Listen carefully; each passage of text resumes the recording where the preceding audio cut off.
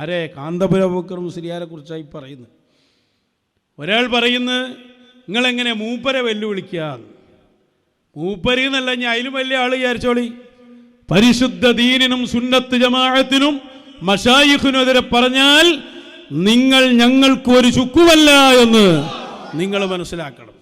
ഞങ്ങൾക്ക് എന്ത് AP എന്തിനേയും കൈമാരെ? ദീനുണ്ടെങ്കിൽ അംഗീകരിക്കും.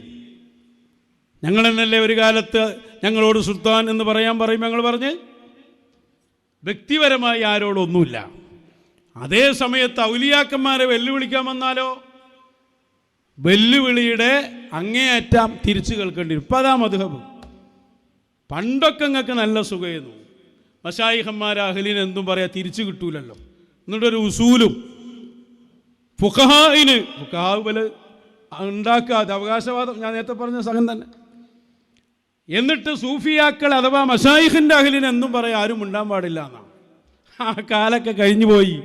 ഇപ്പോൾ ഒന്ന് പറഞ്ഞാൽ 10 തിരിച്ചിട്ടുള്ള കാലമാണ്. നേരുണ്ടെങ്കിൽ 100. യാതൊരു വിട്ടുവീഴ്ചയും അതിലില്ല. ഞങ്ങളിവിടെ പറയുന്നത് പരിശുദ്ധ ദീനിൻ്റെ അടിത്തറയാണ്. അവിടെ ആള് പ്രശ്നമല്ല.